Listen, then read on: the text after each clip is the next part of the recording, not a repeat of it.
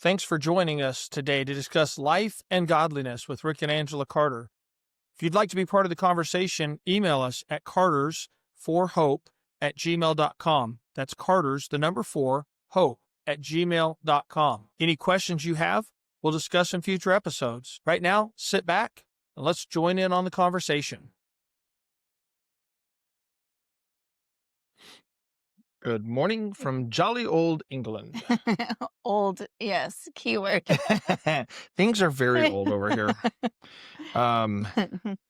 We went one time, years ago, we went on a For our anniversary. anniversary, We yeah. went to a restaurant in Looe. If you don't know where that's at, it's in Cornwall, and beautiful little town, little Seaside town. It is gorgeous. Picturesque. Very, very. And we went to this restaurant, and the restaurant was built, the building was built in the 1409 or something like that. It was before Columbus sailed the ocean blue. Yeah, like by a couple hundred years.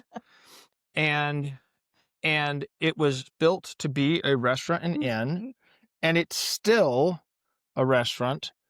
And you had to like duck to go in the door. It was very cool, and it had this remember that weird, it had this drawing and story of Jesus coming to Great Britain in this boat. It was kind of strange, but anyway, but it was cool. It was cool, and like to think that restaurant has been operational as a restaurant for that long. Yes. It's 200 years older than our country, and it's still a restaurant. That's really crazy. It was crazy. But anyway, so everything's old. We had a great day yesterday, though. We started a conference here in Plymouth, England. And my family is actually, both sides of my family are from southern England here, Devon area, and actually Bristol, which my mom's family and my dad's family come from around Bristol, England. My mom's family came over on the Mayflower. Yes. That's here in Plymouth, departed here in Plymouth. The Francis Eaton family. Yes, but he wasn't part of the church that went over. He was called a stranger, which is continued on to this day. We're quite strange. And so you said it, not me. You're part of the family now. So anyway, yeah, we had and I did my ancestry DNA, and because I don't know much about my parents' family, and 30% of my DNA is from the West Midlands here in England. Yeah. And then 16 and 15%, I think it was 16 in Scotland and 15 in Ireland. So that makes up another 30%. So I'm from over here somewhere. Angela's basically an assorted cracker. She's an assorted cracker. You're just jealous. We are too. I am too, though. You're just jealous. And I'm using Miss Linda's mug, which is of London. So her Starbucks mug. Starbucks London. Anyway, so we have had a good start to the meeting here, and we're excited about being here. And when we get done, we'll go through Wednesday here, and then Thursday we're going to go down and do an outreach, help a brother Shane Dice, who's getting ready to start church down near him. So we're going to help with an outreach there, and then we head up to Scotland for another conference, and we're thankful for that opportunity as well. But today. Drum roll, please. That's a drum roll. Is that a drum roll? That was weird. No, that was even weirder. We're going to have our discussion on teachers. Not the kind you think, though. Not the teacher you had at school, not the one that's in your Sunday school class, but rather the teachers that God uses, which are the hardest teachers. And he talks about this in Isaiah 30. I discussed this in a chapter I wrote in Life's Toolbox called Waiting on God and Waiting on the Lord, I think is the title of it. And so the teachers he discusses are interesting because, and I'm going to have Angela read because it's a very interesting verse, and verse number 20, Isaiah 30:20. It caught my attention one day years ago, and it helped me, and I'm still learning what my teachers are and learning from my teachers, but it's been a a huge help to me over the years, and I know it's been a help to others as well. So we're going to talk about this today. So go ahead and read that. Okay, so the verse says, "And though the Lord give you the bread of adversity and the water of affliction, yet shall not thy teachers be removed into a corner any more, but thine eyes shall see thy teachers." What an interesting saying. Okay, so though we give you the bread of adversity and the water of affliction, yet shall not thy teachers be removed. So what are the teachers? Well, the teachers that God uses come through the adversity and affliction. And so it's not so much a person, although it could be a person. It's more that God puts circumstances in our life. He puts things in our life that cause us affliction, cause us trouble, and how we respond to them is what God's trying to teach us, right? He's trying to teach us through that circumstance how to purge out wrong, sinful responses, how to depend on him, how to trust him. And that is a very difficult thing, because usually these teachers are things that are creating a lot of hardship in our life necessarily, right? And we don't like them usually. Yeah, they're putting us under the hardship of the lesson. They're putting us under the hardship of the test, and we don't like it. And usually it's the things we don't like the most, or the things we struggle with the most, that he uses in our life. Right. Early on in our marriage, our teacher was primarily finances. Ugh.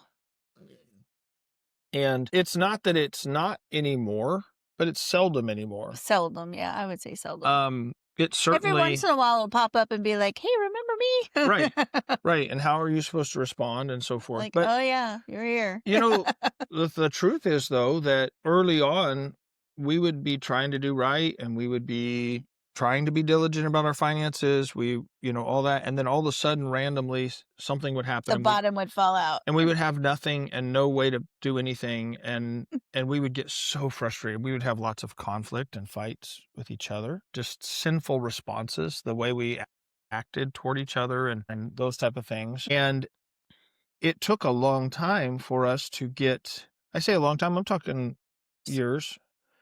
A long time. For us to get, I bet it was 10 years. Probably.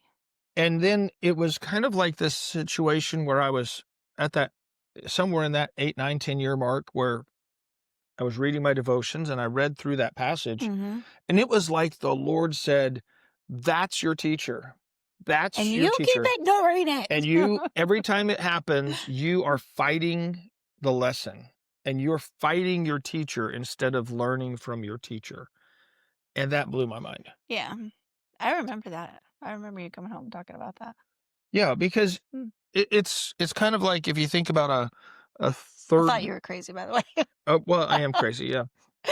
There's nothing improper to say about that. So, but the reality is that we don't like that situation, and so we fuss against it when God's trying to use it to instruct us and to teach us. Yeah. And that was what was happening so often. That wasn't the only thing in our life that was a teacher, by far. And it wasn't the only thing we fought about. We fought about everything. But when it would happen, it was just like, oh my goodness, the bottom fell out for everything. And it was just a horrible situation. And once I saw that, and I realized, wait a minute, God is trying to teach me something when these things happen. And instead of being angry, having these discussions with God, I'm faithful to tithe, and I'm doing my best, and I'm trying this, and I'm trying that, and why are you judging me? Yeah. Instead of that, I began to pray, all right, Lord, I don't know what I need to learn here, but teach me what I need to learn. And it was like, all of a sudden, instead of the dread that occurred with that teacher every time, instead of the frustration that occurred with that teacher every time, it switched so that when that came up, and to this day, when it comes up, it's I don't know how to explain it, to be honest. It's a response of, oh, okay, this is okay. The Lord's good. He's wanting to teach me something. And it's just, my attitude is completely different when it comes up. And that's the biggest thing that changed. It wasn't that the teacher went away. And that's what that verse says, right? It's not, I'm not going to remove your teachers, but I'm going to show them to you. And you're going to see that there's a bigger lesson, a bigger picture here of what I'm trying to teach you. And you're going to be able to receive the lesson. Yes. Yeah, I mean, you think back into your school years, if you had a good teacher that, stayed on top of you and made sure you were learning what you should be learning and helped you excel. We look back at those teachers fondly, right? We look back and say, man, they were the best teacher. They helped me do this, they helped me do that. And that's the same with these lessons. We should be looking at these teachers the very same way that we do our earthly teachers, Right. But at the time, you don't like them. No, you think they're mean, Well, So, and in some ways they are. It's not a mean as in an intentional cruelty or something like that, but to a kid, they they're think it is. pushing you. They push you in places that you're weak, right? To strengthen. They identify those weaknesses and they prod them, Mm-hmm. and it's to strengthen that area. Like you said, yeah, it's because you're weak there that your response is so bad. And every one of us has those areas. Mm-hmm.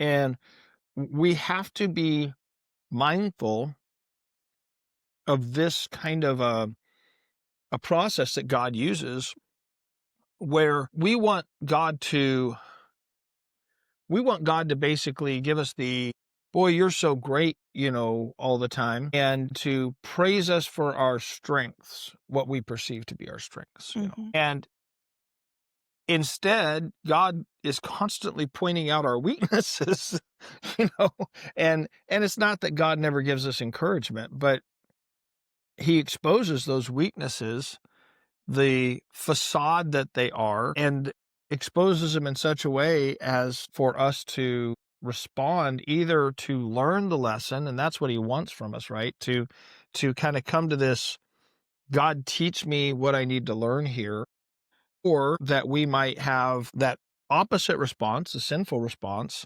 where we do respond wrong, and then God gets a hold of us and says, that was a wrong response. And we have to go back to the drawing board, so to speak. Right. So, good.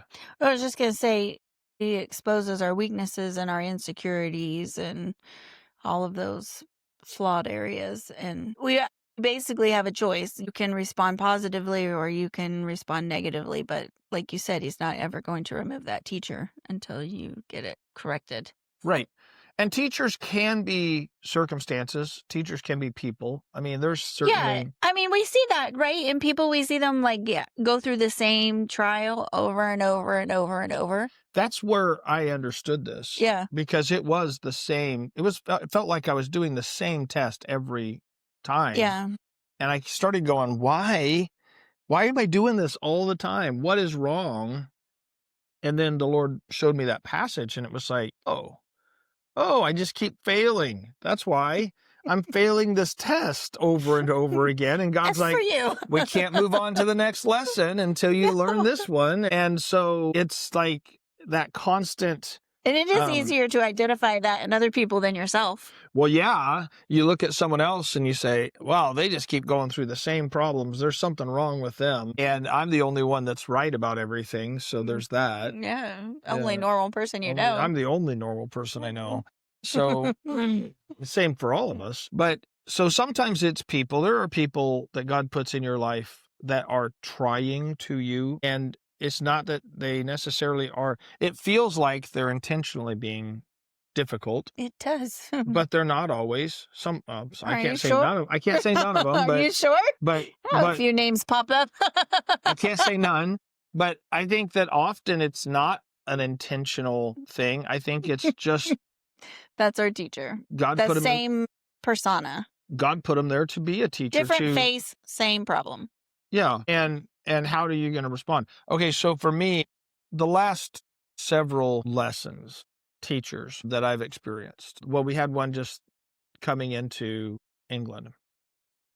And that is just where something happens that maybe it was in this situation, it was my fault, but there was nothing I could do to fix it. And in the past, I would have gotten very frustrated and gruff maybe with people trying to get it fixed. Like, if they weren't helping me, like, oh, come on, we've got to get this done. And that was, we were flying in to Bristol here, just a couple hours from here. Oh, yeah. And I'm sitting in I was trying to figure out which one it was.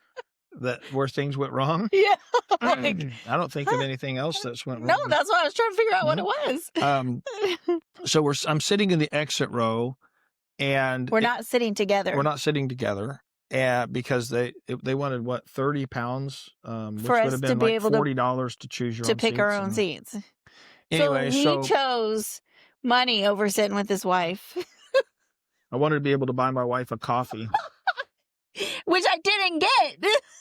I'm drinking coffee right now. So I did buy you dinner after that, though. I got a sandwich from the convenience store. That's what there was. So anyway, I'm sitting in this exit row, and it had those, those hard dividers that sometimes are in front rows or different places. It was in the exit row, and it was tight, or I'm fat. I don't know which it was. I think it was tight. And we got on the tarmac, and it had been, it was delayed. That's a whole long story. I'm not going to go into all that. It was delayed. I stood up and got my phone out of my pocket, and I was just I didn't have internet, but I was deleting pictures or notes that I didn't need in my phone, things like that, just killing time. And then the plane took off. Well, I couldn't stand up at that moment, and my thought was, I'll just put my phone here beside me. I can't get it in my pocket the way I was sitting. And so I just slid it down beside me, and I knew it was there. And I even thought, when we landed, I thought, I got to get my phone, but I couldn't stand up because I was not on the outside. And so I thought, well, when I stand up, I'll grab my bag, and then I'll put my phone in my pocket. I don't know why I didn't think I'll put my phone in my pocket and then I'll grab my bag. But anyway, I stood up, I grabbed my bag, and of course, as happens, people are kind of like pushing on you. And I just spaced grabbing my phone. And so I get out, and we had to go down one of those step things, and I get on the bus, and Angela was already out there because she was sitting, they deplaned on the both front and back, and she was way in the back there, and she got off first. And so I get to the bus, and we go up to the terminal, and as I get off of the terminal, I say, did you let them know we're here? Did you? And I was like, I reached for my phone. I'm like, oh my goodness, my phone is in the plane. And so there were two ladies standing there, and I said, I messed up. This was my seat number. I left my phone in the plane. And one of them said, I'll take care of it. Jumped in a car and took off toward the airplane. And then she comes back a few minutes later. She said, well, everyone's off and it's locked, and there's nothing we can do. No, I can't notify Wayne and Linda. What happens if, because we only got service on his phone internationally. Yeah. What happens in the morning if the plane takes off and goes back across, into Europe, and all those thoughts that go through your head. So I said, okay, what can we do? And they said, well, when you get inside, after you get past immigration, go to the information desk and let them know. Okay. So as we're going, Angela was starting to get frantic. She's like, all of our tickets and stuff's on your phone. We can't get through. And I said, it's going to be okay. It's going to be okay. God. I wasn't frantic yet, but I was working my way there. You were getting there. And I was saying to her, God's going to take care of it. Even if we don't get the phone, God's got a reason. He'll provide. It's okay. I was so frustrated with you. And I'm like, this is a big deal. And in the past, that's one of those areas I would have gotten frantic. And we would have fought. And we would have had a conflict instead of. Because we were both frantic. Yeah. And I say conflict, but it would have been minor overall. It'd have been tense. Tense. That would have been the right word. Yeah. But I just said, it's okay. Don't fret. The Lord's going to take care of it. I don't know how, but he's going to take care of it. So we get down there. We finally find where we're supposed to be. There's no one there, but there's a phone, and it's got a number. And so we call the number. And the guy said, let me look and see what's going on, and let me ping your phone, and then I'll call you. Call me back. He said, call me back in about a minute. Okay. So we wait a minute or so, and then I called him back, and he said, yeah. He said, it's on the plane, and he said, everyone's gone. There's no way to get it. I said, is there some way maybe we could make a note for the crew in the morning before they board everybody that someone could grab it out of my seat and they could put it in the lost and found and I could come get it, which it's 2 hours there, 2 hours back. And he said, let me make the note. And he's doing that. And then we hang up. I said, all right, thank you. And so we hang up. And Angela's still, And she's I'm like, what do this you is say? not going to work. This is, I'm like, and- what are you going to do when that plane goes to Ireland Right. and then goes to Norway or? So, I mean, we're literally standing there and I'm telling her, it's going to be all right. The Lord knows what's going on. And the phone rings again. And I'm thinking, it's not going to be okay. This is terrible. And the phone rings again. And the guy goes, hey, wait a minute. Your phone's moving. And I said, it is. And so Angela pulled up, she had the Wi-Fi in the terminal now. Because I have to keep track of this guy. So she pulls up, find a phone, and she's like, it is moving, and it's going here and there. And he said, hold on. And he calls this number and gets this guy, and he goes, oh, for some reason, someone went back on the plane, and they had heard that there was a phone on there. So they looked, and sure enough, and they grabbed it, and they're bringing it to you. Just stay right there. And they just brought my phone to me.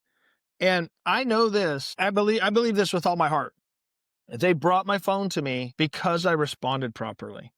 I passed the test. I'm being serious about that. I'm not being frivolous about that. I know. I believe I passed that test. I didn't respond in a sinful way. I didn't get all frustrated and gruff in that way. And I was just said, I'm just going to trust the Lord, even though, this seems like a bad situation. I just went and got food. Yeah, I sent Angela to get food. She was hangry. I need to eat. But that was a teacher of just circumstances beyond your control. And that's where one of those things and by the way, that's going to happen again. I know not maybe the phone, but something that's beyond my control, then I get frustrated. I think that's a normal response for a lot of people.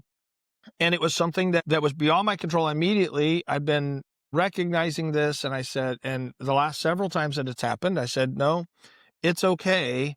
It's beyond my control, but it's not beyond God's control.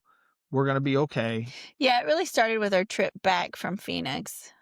There were several things there with the flat tire. Yeah. And then again, waiting in the tire we waited shop. 2.5 hours on the side of the road with a flat tire for them to come. And then 4 hours in the, and it was so weird because they're on the side of the road. The only call we could get out was the roadside assistance. Yes.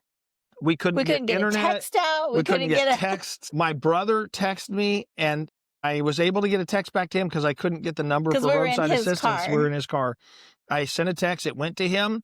He was able to send me the number for roadside assistance. I called it, and they responded.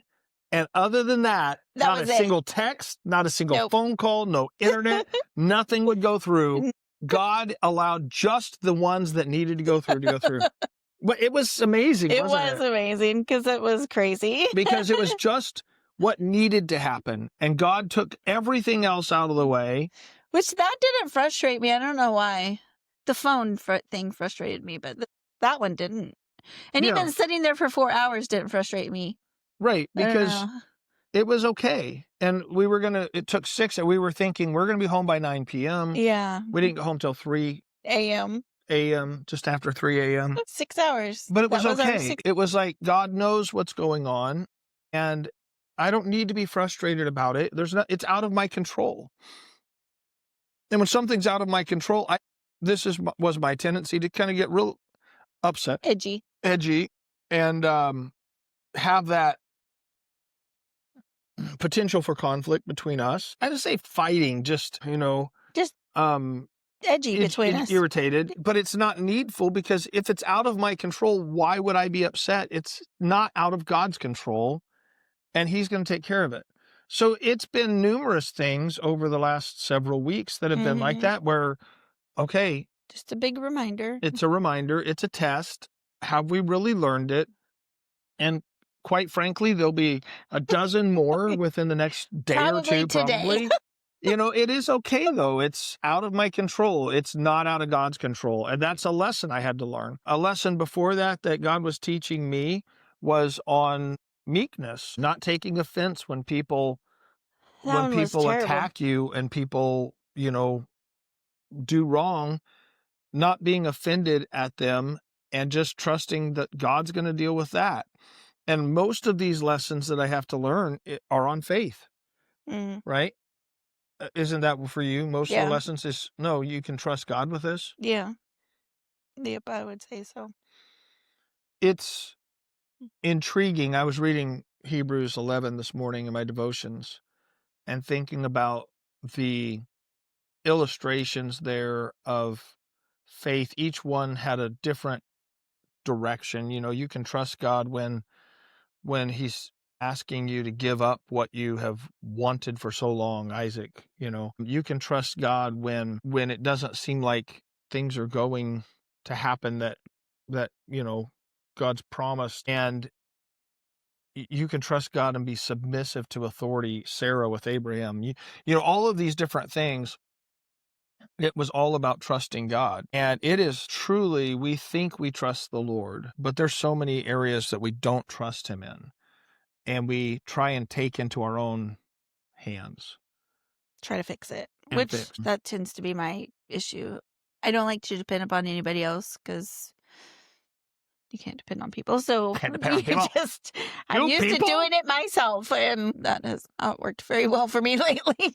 Right. Sometimes God puts us in a place where we have to depend on other people because there is no other alternative, or where we have to just wait and let him have control and not try and fix everything, ourselves. Some of those testing times are quite long.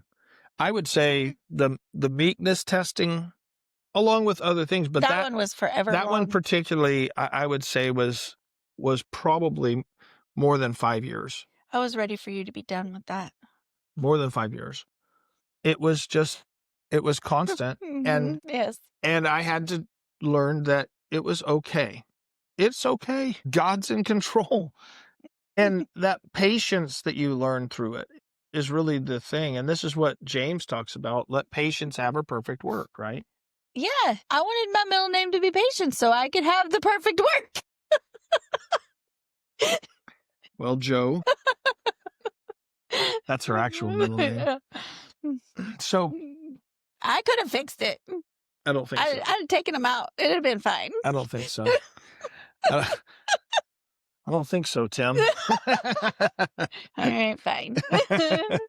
Anyway, so this process of your teachers, how do you?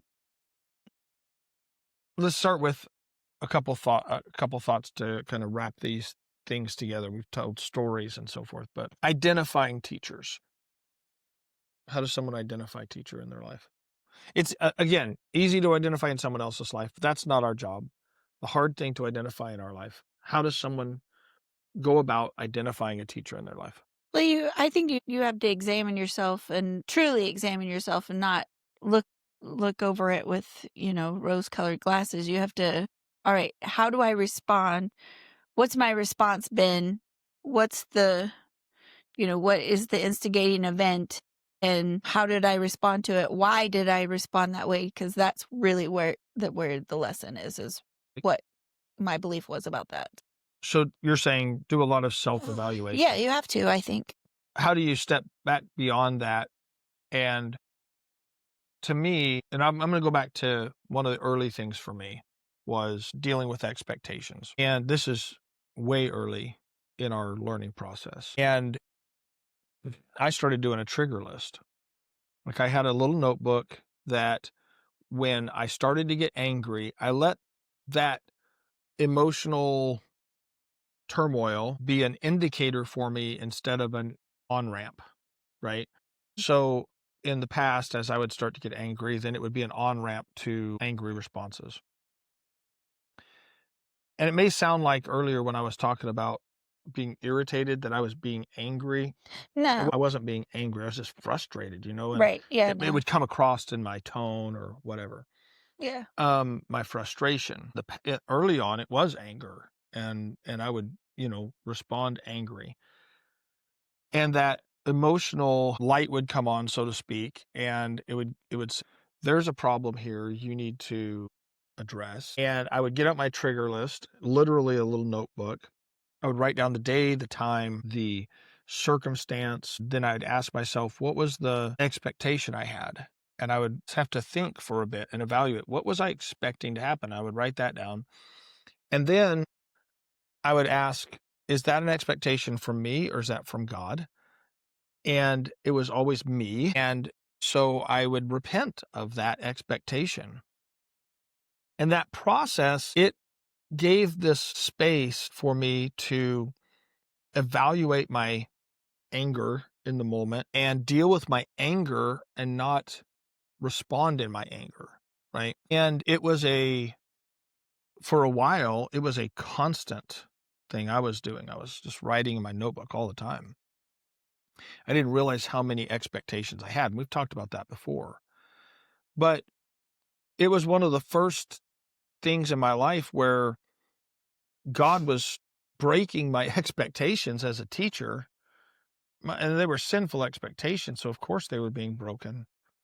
But I had to learn to accept that I was wrong and not God. And that's where you're saying of Right. evaluate yourself. Yeah, because I think about it a lot from the perspective of the bridge dynamic, The bridge to this, change. yeah, the Mhm. surface is the activity, what we see, and then underneath is supported by our thinking and our beliefs. And so when I'm thinking about, what my teachers are, I'm thinking about, all right, what was this activating event? What was the event? All right, what did I think about this event? Mhm. And then why did I respond? What was my belief that caused me to respond? So I just kind of examine each of those events through that thing. And then the common thread between there, the belief, this belief is wrong and this belief is wrong. God's using that event as a teacher to reveal to me what my wrong belief is. But so often our focus is on where everyone else was wrong and Yeah, not on ourselves. Yeah.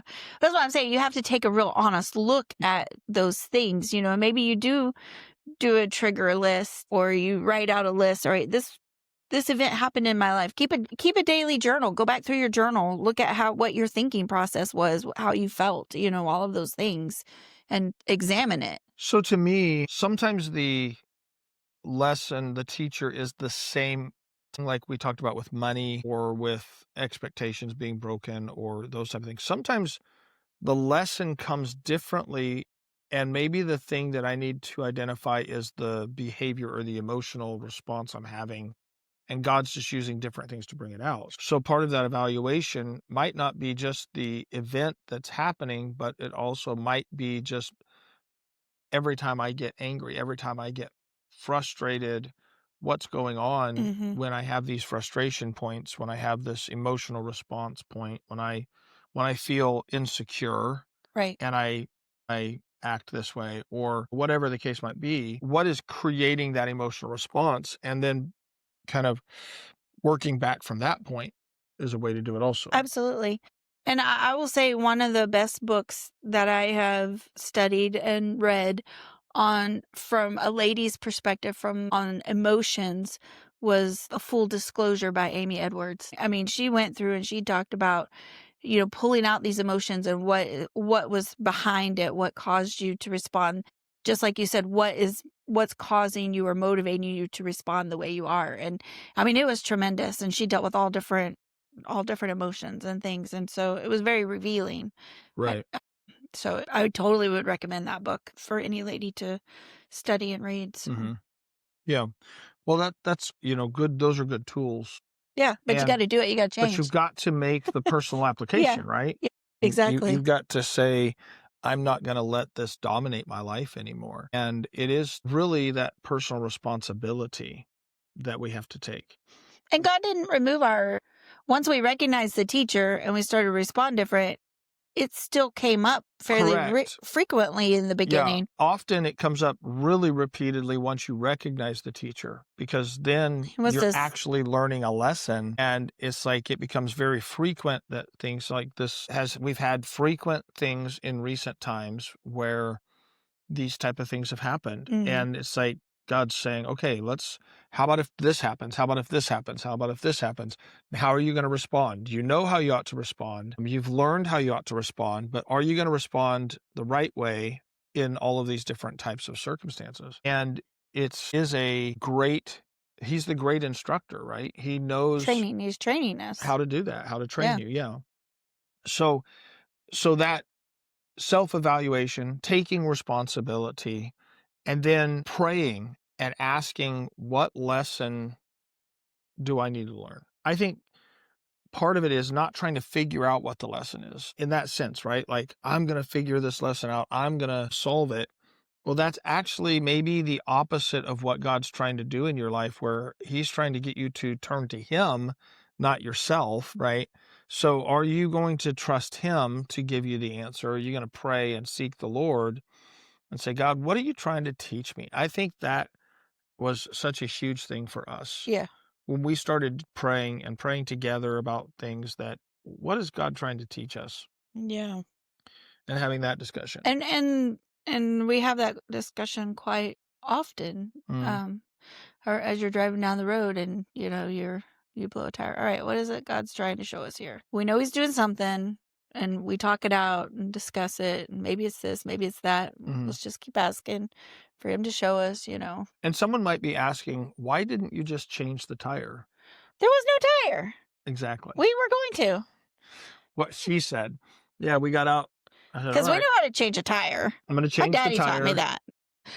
Well, I wasn't going to have you change I know, the tire. but I'm just saying. I know I could do it if I had to. Right. I was going to say, okay, Angela, change the tire. Wow. I'm going to surf the internet, No, we unloaded the trunk and reached down there. There is literally nothing but an air pump. Like, what good is an air pump going to do us? There's no tire. There's no tire iron. There's nothing. Maybe it's underneath. I crawl underneath the car. Nope.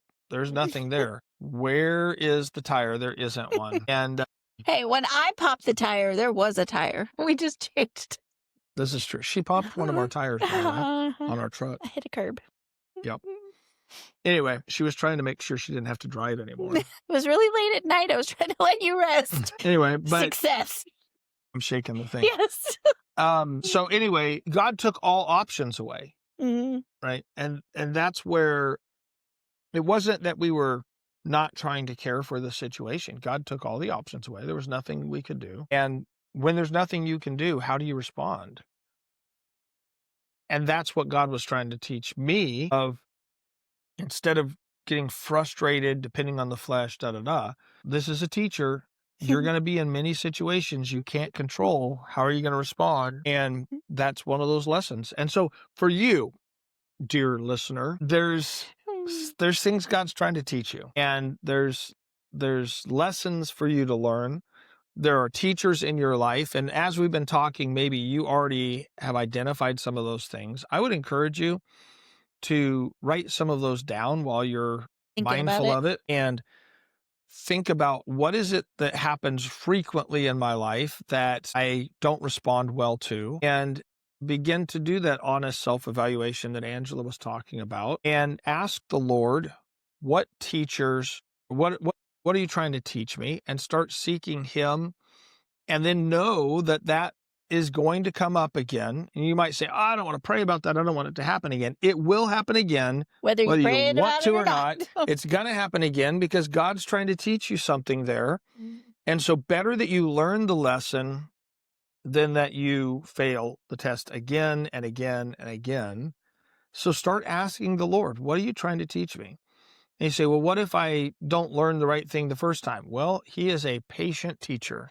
He will continue to bring the test until you learn the right lesson. He's a master teacher. He is a master teacher. He knows what you need to learn, and he's teaching you through many different methods with many different teachers, but he's trying to teach you and trying to strengthen you and grow you. He is a patient Father who loves you and knows that you need to learn these things. For his sake, for your sake, you need to learn these things. And I'm thankful that God knows what we need to learn when. And it's not always the same thing for every person. It's not always the same order for every person. But he knows what I need to learn when, to build myself spiritually, to where I'm trusting him, I'm depending on him. I'm not responding in the flesh and all of those things. Final thoughts. Final thoughts. Learn your teachers, Mm. or you'll always be frustrated. Amen. All right. So well, pray for us. We're gonna be by the next time we record, we'll be in Scotland Mm. and doing a conference up there for missionary Don Clow, and looking forward to that. And then after that, we go over to Croatia and do outreach evangelistic outreach meeting with the Leslies, Johnny and Tori Leslie, good friends over there, and we're looking forward to being there. So we'll be recording from each of these places. So And scenery will change. backgrounds, Yeah. very different backgrounds. And this is our world tour. You get to travel the world with us. We found out we could have recorded in in Trinidad and also in Guyana. Yeah, we But just we didn't didn't know know. we could. And so now that we've got these microphones, that helps a lot Yeah. because we had a different setup there at In the trailer. trailer. So anyway, but we're excited to serve the Lord. I hope you're excited to serve the Lord, and we're excited to continue to learn from the Lord what he wants us to learn. So important part of our spiritual maturing. God bless y'all.